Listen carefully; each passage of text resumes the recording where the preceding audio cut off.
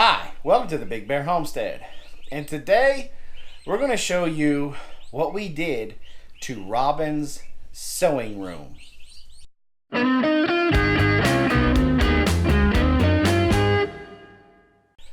Okay, so as promised, today we're going to show you what we did basically to Robyn's old sewing room.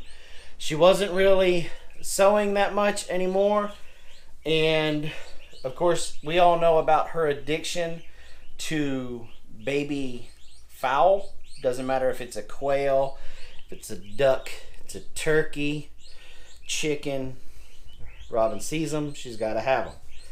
And so when we went up to the Meyer Hatchery Customer Appreciation Homestead Festival about a month ago, we learned a lot about setting up a system to better the chances for the birds to live past that initial 2 to 3 week period when they're at their most vulnerable stage, in which they could die just about from anything. And so the very first thing we did when we got back was we started to look at this room.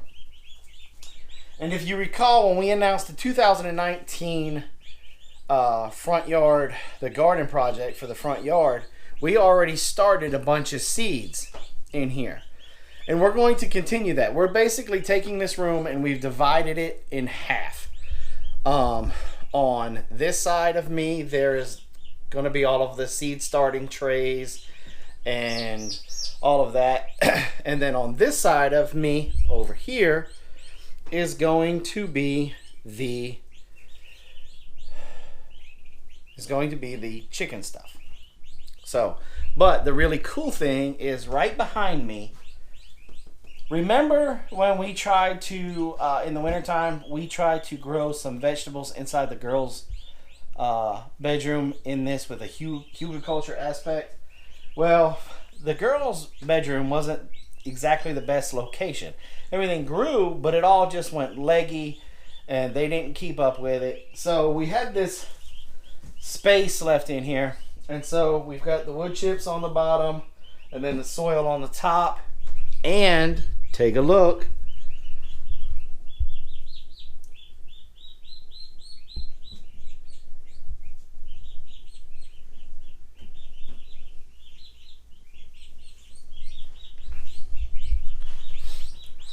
we got some things germinating. Now that is tennis ball lettuce. So let's get back to the meat of the video today. This what I promised you guys. This brooder box. Now, this brooder box is right here behind me on the floor. I hope you can see that. It is 9 feet long by 3 feet wide. That gives enough square footage for over 100 chicks. If she buys more than 100 chicks, I'm gonna need AA, because I'm gonna probably start drinking. I'm just saying, 100 chicks is my line. I don't know if it's a hard line because it's Robyn. She could probably pack that thing with 1,000 chicks, and I'd be like, okay. But basically, what we did here is we framed in the bottom. We raised the floor up off of the normal floor, so that way if there's any water, if they spill the water and then through with all the chicken poo and turkey poo and Lord knows what else is going to wind up in there, it won't damage the floor in my room. We used OSB, and then we framed in the walls, and we also protected the drywall on this side. We threw, I think it's 8 inches. We came up on the wall, and we just threw a piece of OSB up on that for extra protection against the drywall, plus extra insulation to help keep this room somewhat regulated temperature wise.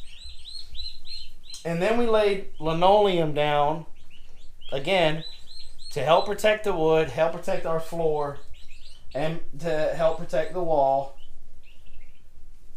from any chicken poo, water spillage, anything like that. And then we put we did it all the way. We put the linoleum all the way around on the walls. Then we just put some bedding, some fresh bedding down from Tractor Supply. Boom, we got it in there. And now the turkeys are, and then we put the turkeys in, and they're in. They're loving life. And now we have these lids on here for when they grow larger, they can't jump out and escape, and Lord knows do what else, get into whatever. And it also protects them in case Gizmo finds his way back in here. He can't stick his head in there and scare the bejeebus out of him. We are using a regular space heater to keep this room at, right now, the room itself is at 92 degrees.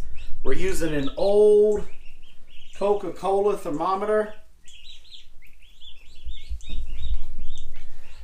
And then over here is our incubator. Now this is an old Dickies incubator. We have rebuilt it. We've had this incubator 12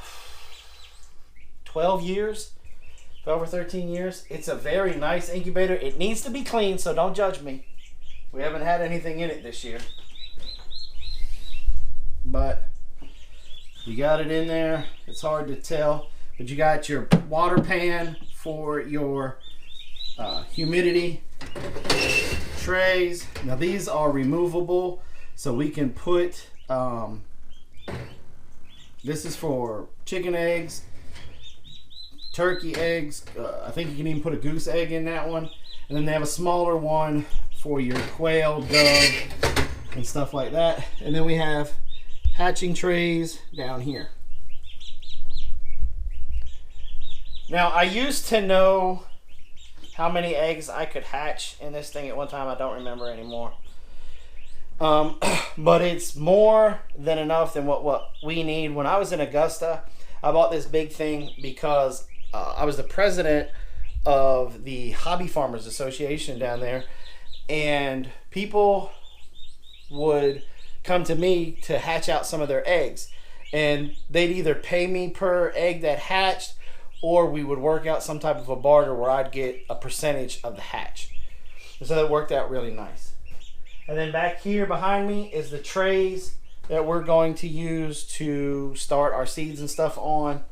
And so right now, this is a really nice setup. I think this is the best way that we have set up this room to date. And I think it's going to help us keep our equipment in better shape. It's going to help us raise stronger, healthier birds. I'm very interested to see if we lose any turkeys this way. And if our temperature drops, let me go back one more thing. If our temperature drops at all, I have an outlet right over there behind there, but then I can place my heat lamp right here. But I think we're going to get away from heat lamps, and we're going to go to that heat tray. We saw it at Meyer Hatchery.